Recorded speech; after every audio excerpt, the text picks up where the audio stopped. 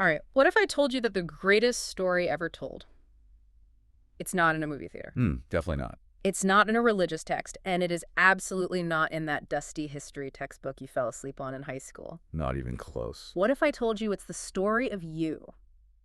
And I mean, I don't mean you personally. I mean us, the hairless apes, the ones listening to this right now. It really is the ultimate origin story. It's the story of how we ended up here, in charge, ruling the world while, our cousins are in zoos. Welcome back to the deep dive. I am so hyped for this one because today we are attempting the impossible. Truly. We are taking the ultimate mirror, holding it up to our faces, and trying to condense, about 13.5 billion years of history into one single conversation. It's a massive undertaking. We're going to figure out how we went from being these insignificant animals, minding our own business in a corner of Africa, to becoming gods. But we have the perfect roadmap. We're doing a deep dive into Sapiens, A Brief History of Humankind by Yuval Noah Harari. And this book, it isn't just a history book. No.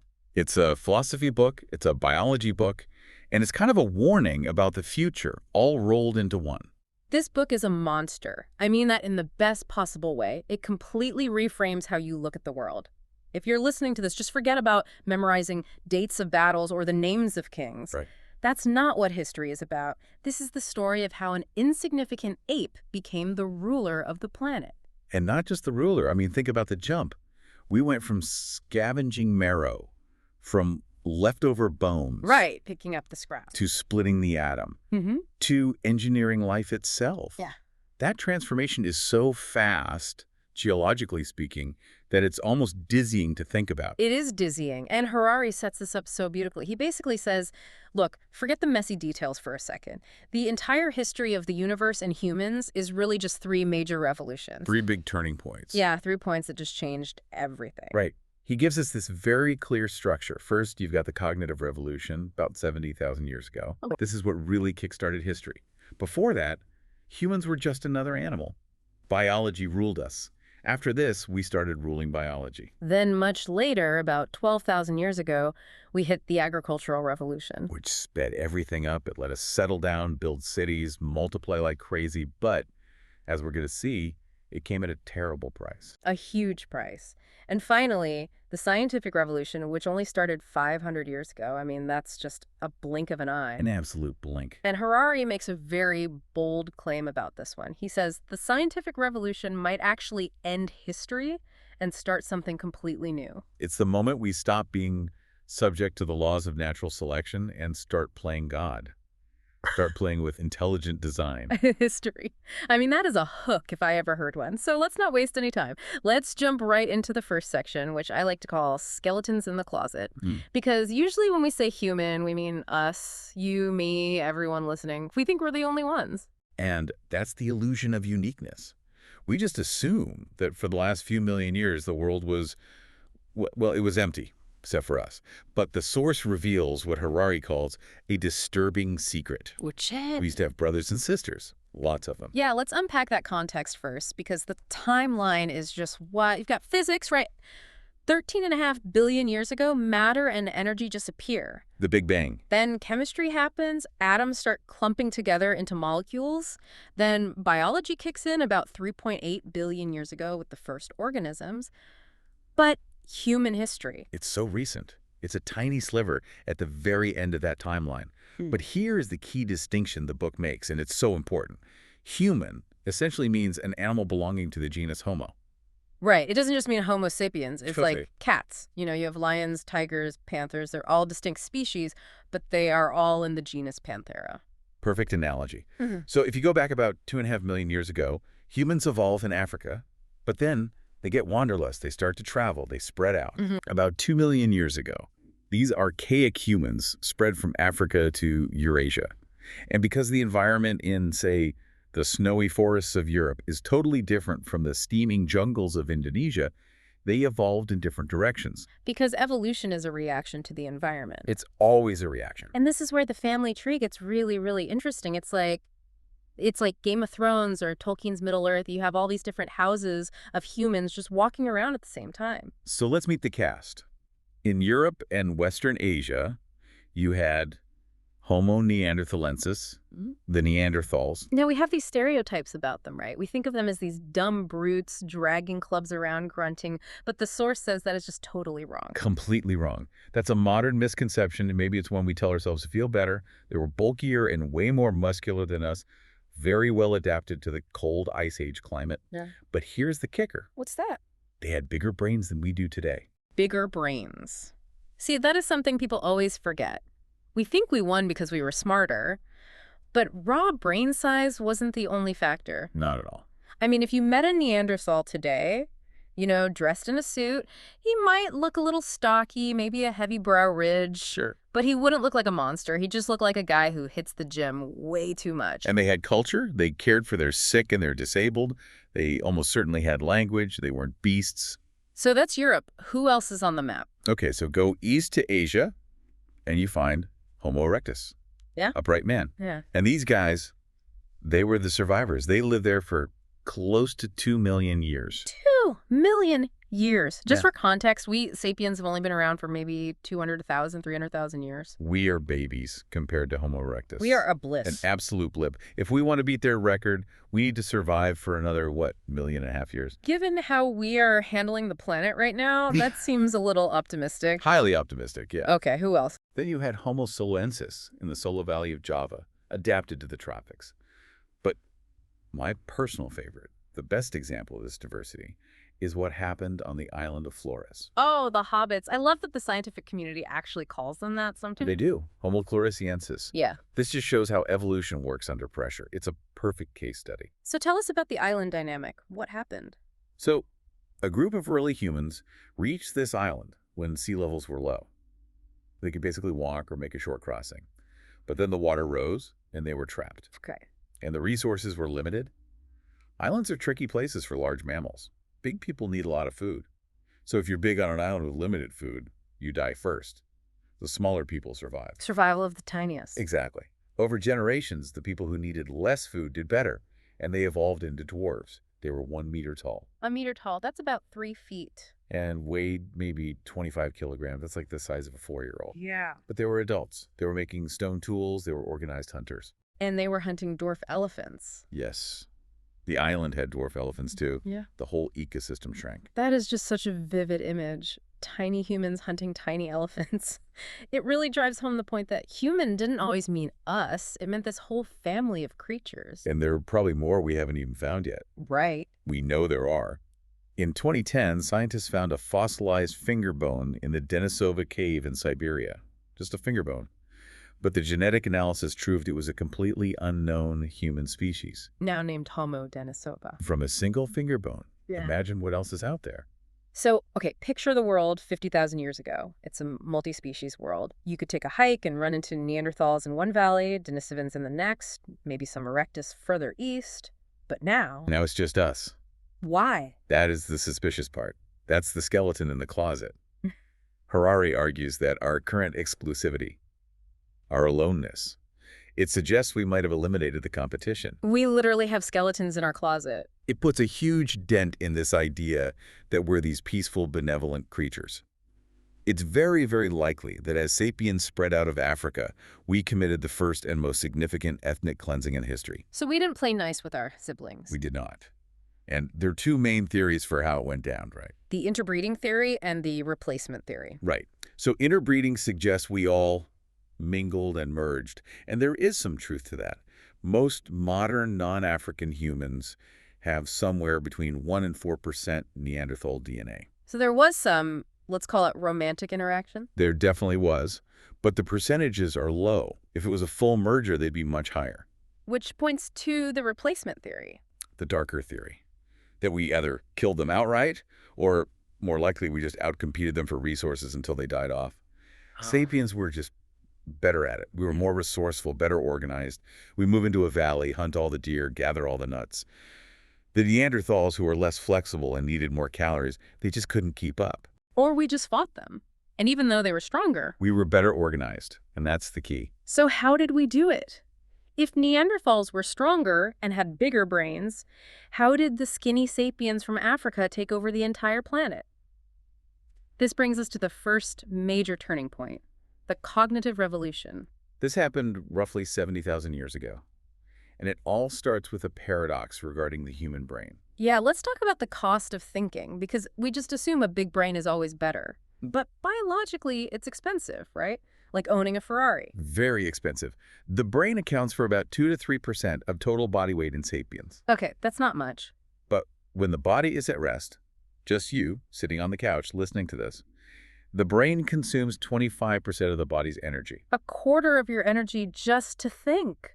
That is wild. Compare that to other apes, where it's only about 8%. So there's a huge trade-off. Yeah. For millions of years, humans paid for this big brain Yeah. by spending more time finding food and, well, by having their muscles atrophy. It's like a government budget. If you spend all your money on education, which is the brain, you have to cut the budget for defense, which is the muscle. Exactly. Yeah. Humans diverted energy from biceps to neurons. And for a long, long time, it wasn't a great deal. Right. We were smart, but we were weak. We were basically marginalized creatures on the savannah. We weren't hunting big game. We were cracking open bones to get the marrow after the lions and hyenas were done eating. We were the jackals of the hominid world. We were. We lived in constant fear. Yeah. But then, somewhere around 70,000 years ago, the cognitive revolution happens. We get a mutation. Harari calls it the tree of knowledge mutation, and we get a superpower. And that superpower is language, but not just any language. Harari discusses what he calls the gossip theory. I know, it sounds so trivial, doesn't it? Yeah. We rule the world because we love to gossip. But if you break it down, it makes perfect sense. Why is gossip so important?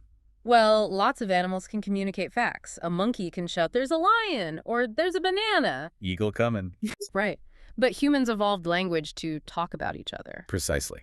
Social cooperation is the absolute key to survival. And to cooperate, you need to know who in your tribe is honest, who's a cheat, who is sleeping with whom, who hates whom. It's social information. It's the most valuable information there is. You Well, can't cooperate with people if you don't know who to trust. it's the glue of society. If I know that Bob stole a banana from Alice, I'm not going to lend Bob my spear. Right. And that allows us to build much tighter, more complex groups than, say, chimps. Chimps have a hierarchy, but they have to constantly test it physically. They have to fight. We can regulate our hierarchy with information. But there's a biological limit to this, isn't there? The brain can only handle so much drama. Yes, the famous Dunbar number. Yeah. Sociological research suggests that the maximum size of a group that can be bonded by gossip is about 150 individuals. 150. That's the magic number. Beyond that, you can't know everyone intimately. You can't keep track of all the gossip. If you have a tribe of 500, chaos ensues. You don't know who is who. The social order collapses. Okay, so then how do we have cities with millions of people? How do we have nations? How do we have global trade networks where I can buy a shirt made in Vietnam by people I will never, ever meet? And that is the real secret weapon of the cognitive revolution. It's not just gossip.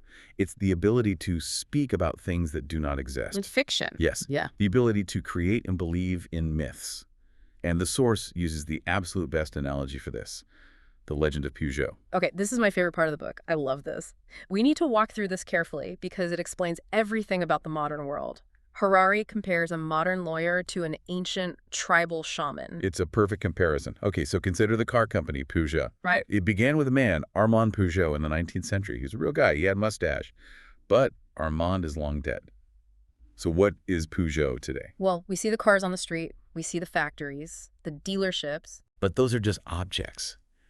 If some disaster destroyed every single Peugeot factory and crushed every car and all the employees quit, the company could still exist. How? It could borrow money, build new factories, hire new people, and just keep going. Okay. But what if a judge dissolves the company? The factories are still there, the workers are still there, the cars are still there, but Peugeot is gone. Because Peugeot is a limited liability company. It's a legal fiction. It has no body. It has no soul. It doesn't physically exist, but it can be sued. It can own property. It pays taxes. It is a legal person. And how is it created? This is the shaman part. Think about the ritual. A lawyer, our modern shaman, sat down. He followed the proper liturgy, the French legal code. He wrote the correct spells and oaths on a piece of decorated paper. He affixed his signature and seal. And hocus pocus. A new entity is born. Or hoc est corpus meum, this is my body. It's the same principle. It acts like magic. It is literally magic. We just call it law and finance, so it sounds serious. Right. But it's a story we all agree to believe in. Harari has a name for this. intersubjective reality. And this is so crucial to understand. There's objective reality. Trees, lions, rivers, things that exist whether you believe in them or not. Right. If you start believing in a lion, it will still eat you. It'll definitely still eat you. Oh. Then there's subjective reality. An imaginary friend. If I stop believing in my imaginary friend, poof, he disappears. Okay. But intersubjective reality exists in the shared imagination of millions. Money, laws, corporations, nations, gods.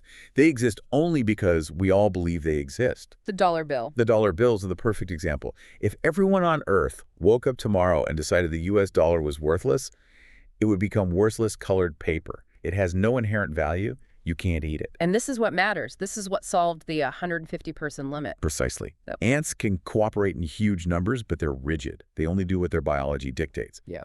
Chimps cooperate flexibly, but only in small numbers because they need to know each other personally. But sapiens. We can cooperate flexibly with countless millions of strangers. Because we all believe in the same myths. Two Catholics who have never met can go on a crusade together because they believe in the same religious myth. Two Americans who have never met can do business because they both believe in the dollar and the law. That is why we rule the world, not because we're stronger individually. I mean, you put a human and a chimp in a boxing ring. The chimp wins every single time. It's not even a contest. But if you put 1,000 humans and 1,000 chimps on an island... Humans will organize, create myths, form laws, trade, and probably enslave the chimps within a week. We win because we can tell stories. That's our superpower. So we have the gossip, we have the myths, and we're spreading across the globe. We're the top predator. We are living the good life. We're foraging, hunting, working maybe 4 hours a day. But then we decide to change the game completely. The agricultural revolution. And man, does the source have a hot take on this. History's biggest fraud. That is the actual chapter title. And I think most of our listeners probably assume that farming was a huge step forward. You know, we stopped living like savages in the woods chasing rabbits, and we started building civilization. We got bread. Right. That's the progress myth. But the source just completely flips this on its head. It argues that the transition from foraging to farming around 12,000 years ago made life absolutely miserable for the average individual. Miserable. It was great for the species. It allowed for a huge population explosion. But for the actual person living it, it was a disaster. And the main culprit, you're saying, is wheat. Wheat. Think about it from the plant's perspective for a second. 10,000 years ago, wheat was just some wild grass confined to a small area in the Middle East. It was nobody in the plant world. Within a few millennia, it was growing all over the world. Today, it covers 2.25 million square kilometers of the planet's surface. So Harari asks, who domesticated whom? We didn't domesticate wheat. Wheat domesticated us. That is such a great line. Wheat domesticated us. Because when you domesticate something, you make it serve you. But who is serving who here? Exactly. How do you serve wheat? Well, you have to clear all the rocks from the field. You have to carry heavy water buckets under the hot sun. You have to spend all day weeding the fields. You have to protect it from pests and locusts. Sapiens evolved for millions of years to climb trees and chase gazelles. Our backs, our knees, our bodies were not built to be hunched over clearing rocks and carrying water all day. No. And the skeletal record proves it. The transition to agriculture brought a massive increase in ailments. Slipped discs, arthritis, hernias. We literally broke our backs for this grass. And the diet got so much worse. Foragers ate this incredibly varied diet of berries, nuts, different kinds of meat, roots. It was a balanced diet. Farmers ate Wheat. and more wheat. And maybe some lentils if they were lucky. You get malnutrition. You get vitamin deficiencies. You get a weakened immune system. And because you're living in these crowded, permanent villages right next to your animals and right next to your own waste. You get a whole new wave of diseases. Smallpox, measles. These came from our livestock. They jumped from cows and pigs to humans. And security plummeted. If you're a forager and there's a drought in your valley, what do? You move. You just walk to the next valley over. But if you're a farmer and the wheat crop fails because of a drought or a flood, you starve. You can't move your field. You are completely dependent on that single vulnerable crop. So why did we do it if it was so bad? Why didn't we just go back to hunting and gathering? Why didn't we just say, you know what, this wheat thing is a total scam, let's go back to the woods? And this brings us to what Harari calls the luxury trap. It's a mechanism that explains so much of human history, even right up to today. The luxury trap. Okay, break it down. The idea is that people were looking for an easier life. They weren't stupid. They thought, hey, if I plant these seeds right here, I won't have to wander around searching for food. I'll have a surplus. My life will be more secure. I can finally relax. It sounds logical. It does. But they didn't calculate the long-term consequences.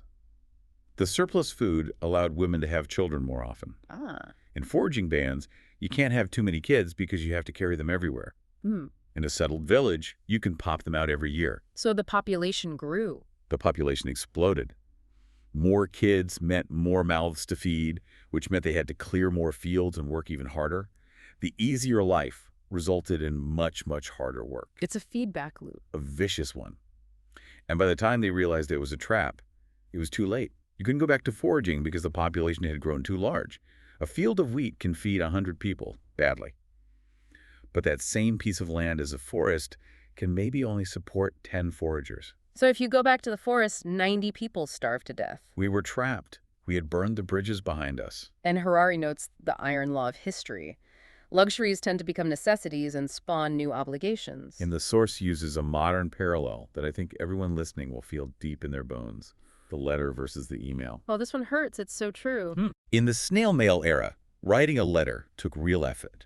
You chose your words carefully. You bought a stamp. You walked to the mailbox. You didn't expect an answer for weeks, maybe months. Right. You wrote maybe one letter a month if you were a big communicator. Then came email.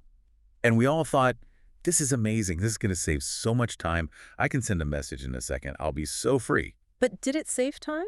Absolutely not. No. It just revved up the treadmill of life. Now we receive dozens, maybe hundreds of emails a day. We're expected to reply instantly. If you don't reply in an hour, people think you're rude or you're dead.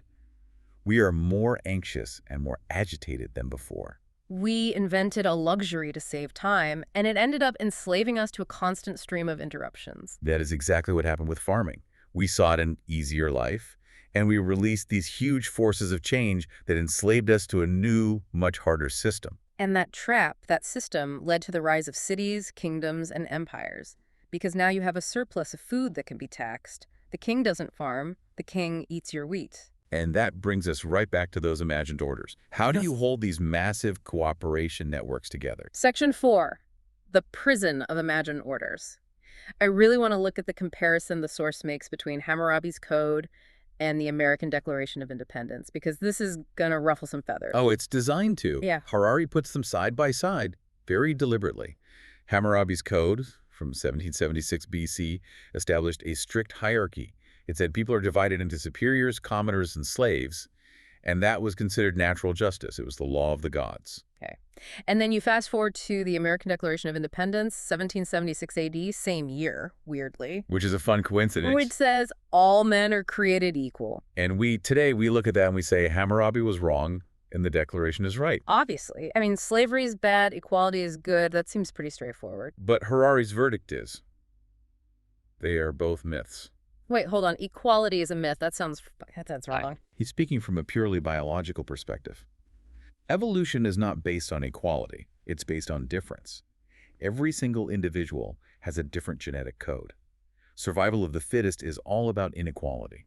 And people aren't created. We evolve. We evolved. And biology certainly doesn't recognize rights. Yeah. You can cut a human open, and you will find a heart, kidneys, neurons, DNA, hormones. You will not find any rights inside. You won't find liberty or justice floating around in the bloodstream. A bird doesn't fly because it has a right to fly. It flies because it has wings. So all men are created equal is just like Peugeot. It's a story we agree to tell each other. Exactly.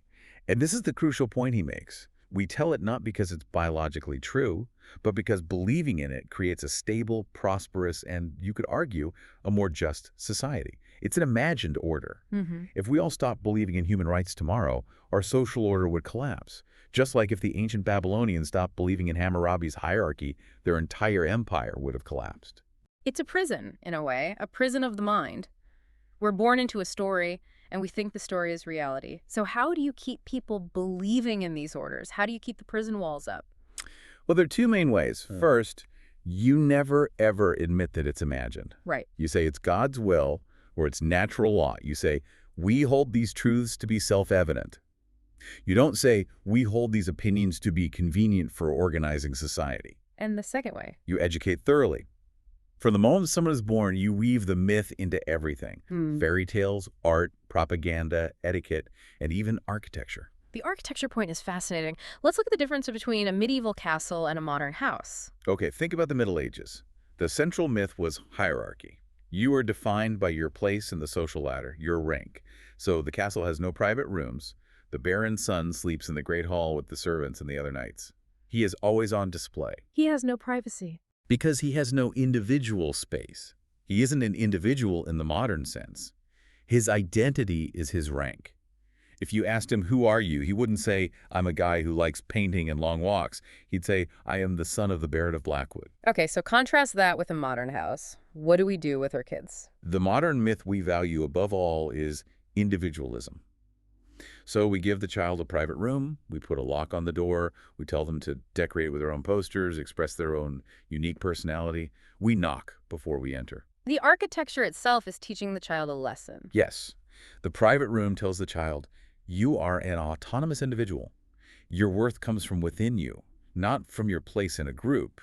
You have secrets, you are separate. The medieval baron didn't believe that, and so his castle reflected that belief. We are literally building our myths into our bricks and mortar. And this bleeds into everything, even what we want. Our desires aren't even our own. The source talks about romantic consumerism, this weird blend of two modern myths. Right. On one hand, you have romanticism, which tells us, to be happy, you must experience everything. Follow your heart. Feel strong emotions. See the world. And on the other hand, you have consumerism, which tells us, to be happy, you must buy products and services. Mash them together, and what do you get? The tourism industry. It's a perfect example. Why do we go to Paris? Why do we save up all year to travel to India? Is it because we truly independently want to? Or is it because we have been fed a powerful myth that buying experiences will make us happy and fulfilled individuals? The source makes a hilarious point here. Imagine a wealthy man in ancient Egypt. He's having a midlife crisis. His relationship with his wife is on the rocks. Right. Does he say, honey, let's take a week off and go shopping in Babylon. Let's go see the Hanging Gardens and reconnect? No, absolutely not. He would have built her a tomb, a massive, sumptuous tomb, because that was their myth. The myth was about the afterlife and legacy and piety. We spend our money on holidays. They spent theirs on pyramids. We're both just following the script of our particular imagined order. And we think we're being authentic while we do it. Man, we really are just puppets of these stories, aren't we? We think we are so free, but we are just acting out a script written by dead ancestors. But then, about 500 years ago, the script changed again, dramatically. The scientific revolution. And this is the one that might end the whole game. Harari calls this the discovery of ignorance. And this is such a huge shift in mindset. Before 1500, most cultures believed that everything important was already known. Right. It was in the Bible, or the Quran, or the Vedas, or in the writings of Aristotle. If it wasn't in the holy book, it didn't matter. The wisest men were the ones who knew the old texts the best. There was no premium on new discoveries. The scientific revolution began when humans admitted a simple, powerful Latin word, ignoramus. We do not know. And more importantly, but we can find out. Admitting our ignorance was the first step toward gaining real power. It allowed us to go out and look for new answers instead of just rereading old ones. But science isn't just a guy in a lab coat being curious. The source emphasizes that science needs a sugar daddy. Science is incredibly expensive. Telescopes, ships, particle colliders, they cost a fortune. Who pays for that? The marriage of science and empire? Exactly. Why did Europeans conquer the world? It wasn't just superior technology. It was the scientific mindset. When the British arrived in India, they didn't just loot and burn. They mapped the country. They studied the languages. They classified the spiders. They dug up the ruins. They believed that knowledge was power. If you understand the country, you can rule it much more effectively. But the funding was never neutral. And this is a key point Harari makes about modern science. It's shaped by political and economic interests. He uses the cow experiment example to illustrate this. This is a great way to visualize it. Imagine two research proposals land on a funding committee's desk. Proposal A, Professor Sprout wants to study cow psychology. Do cows feel depression when separated from their calves? Do they have complex inner lives? Sounds interesting. I'd read that. Proposal B, Professor Slughorn wants to study a common udder disease that is reducing milk production in the dairy industry by 10%. Who gets the grant? The udder disease. Proposal B. every time. Because there's a clear profit motive there. Exactly. The dairy industry has the money and the political clout. So today, we know everything there is to know about cow udder diseases and almost nothing about cow depression. Science isn't a pure quest for truth. It follows the money. And the money comes from capitalism.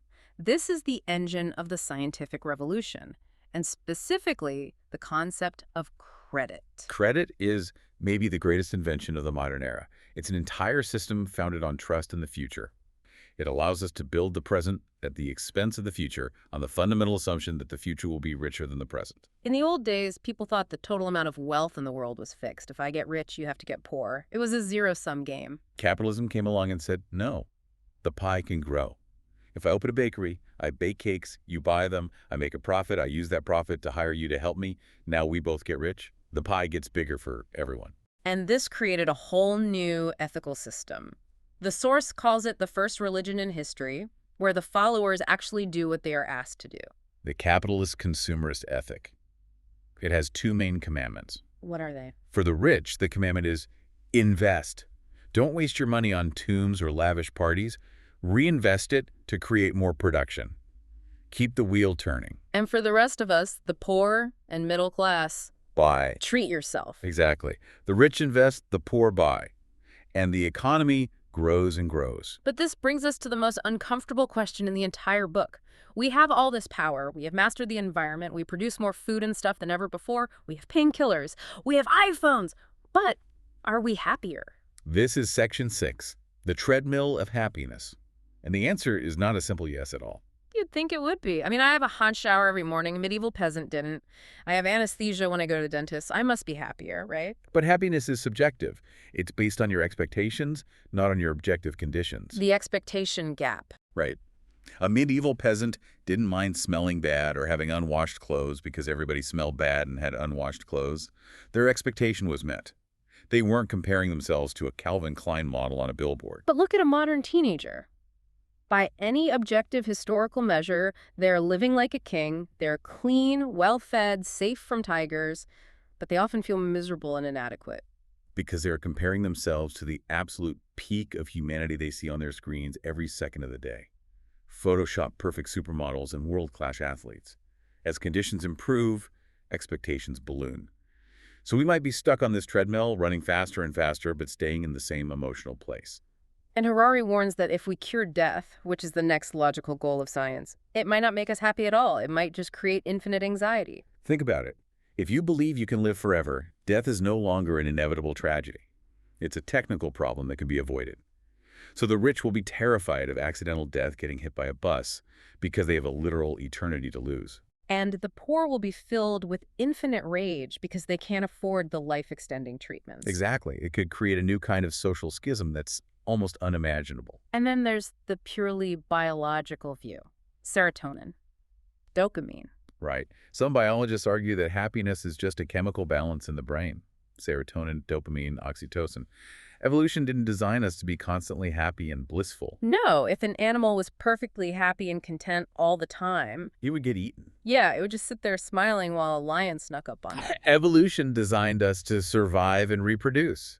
So it gives us a temporary hit of happiness as a reward for doing something useful, but it fades quickly, so we'll go out and seek the next reward. So if you win the lottery, your serotonin spikes. You're on cloud 9.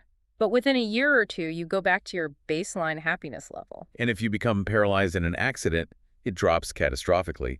But for many people, it eventually returns to their baseline.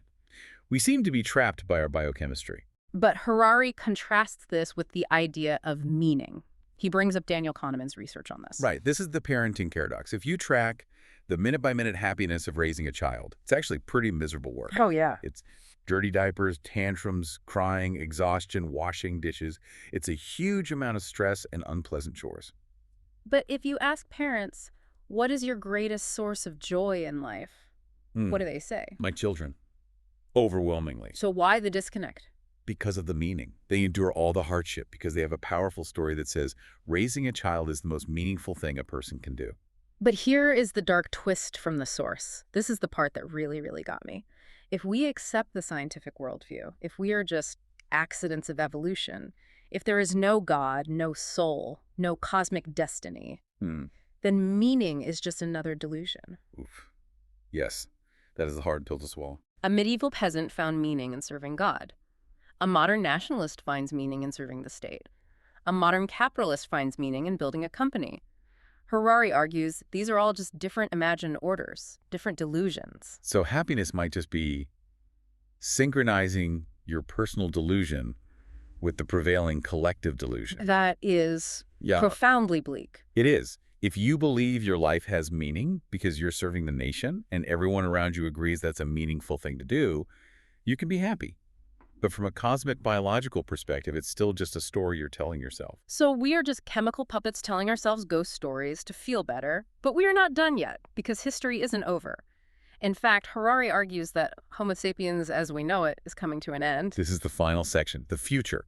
For 4 billion years, life on Earth was ruled by one thing: natural selection, organic life evolving slowly, blindly through random mutation. And now we are entering the era of intelligent design. We are breaking the laws of nature. We are becoming the designers. We are taking the controls away from blind evolution. And the source outlines 3 main paths this is taking. First, biological engineering, literally rewriting the code of life. And he uses the example of Alba, the glowing rabbit. I love Alba. Tell the story. So Eduardo Cac, who is a bioartist, commissioned a French lab to create a fluorescent green rabbit for an art project. They took a gene from a jellyfish, a green fluorescent protein gene, and they spliced it into a rabbit embryo. And it worked. It worked. The rabbit, Alba, glows green under a blue light. This did not happen by natural selection. There is no evolutionary advantage for a rabbit to glow. This was designed by an artist. And the vole experiment is even crazier. Yes. Scientists took a gene from a monogamous species of vole. These are voles that mate for life, they fall in love and stay together, and they inserted that gene into a famously promiscuous species of vole. And boom, instant loyal husbands. Suddenly, the promiscuous voles settled down and became doting monogamous partners. And that implies that complex behaviors like loyalty, love, and monogamy might just be genetic switches. Yeah, if we can flip them in voles. We can flip them in humans. We could engineer a society where everyone is loyal, or everyone is aggressive. Yeah. Or everyone is perfectly calm. Okay, that's path 1. What's the second path? Cyborg engineering, the merging of organic and inorganic parts. We already have things like bionic arms operated by thought. But the source tells the story of the monkeys, Aurora, and Idoia. This sounded like straight-up science fiction. Scientists implanted electrodes in a monkey's brain. The monkey, Aurora, learned to control a bionic arm with just her mind. She thought about moving her arm, and the robot arm across the room moved. But here's the crazy part. The arm wasn't attached to her? No.